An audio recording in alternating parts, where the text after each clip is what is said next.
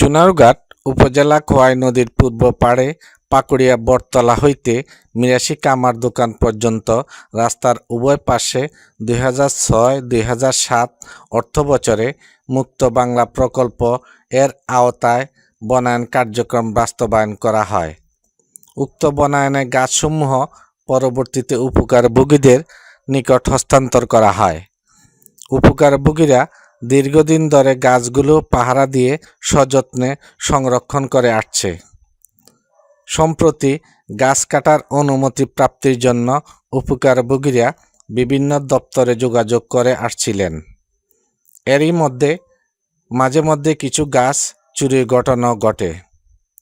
এরপর 14/1/2026 তারিখে ব্যাপক হারে গাছ কাটা কার্যক্রম শুরু হলে গোপন সংবাদের ভিত্তিতে সহকারী বন সংরক্ষক মোহাম্মদ জয়নাল আবেদিন মহোদয়ের নেতৃত্বে কালেঙ্গা রেঞ্জের রেঞ্জ কর্মকর্তা আব্দুল খালেক, বিট কর্মকর্তা আবদুল্লাহ আল আমিন ও বন বিভাগের অন্যান্য স্টাফ সদস্যরা অভিযানে অংশগ্রহণ করেন। একই সাথে চুনারুঘাট থানার ভারপ্রাপ্ত কর্মকর্তার নির্দেশনায় একদল পুলিশও অভিযানে সহযোগিতা করেন।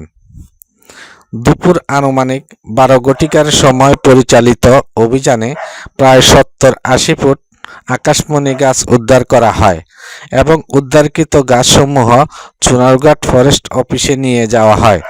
এ বিষয়ে আইনানুগ ব্যবস্থা গ্রহণের লক্ষ্যে মামলা প্রক্রিয়া চলমান রয়েছে। পরিবেশের আলো।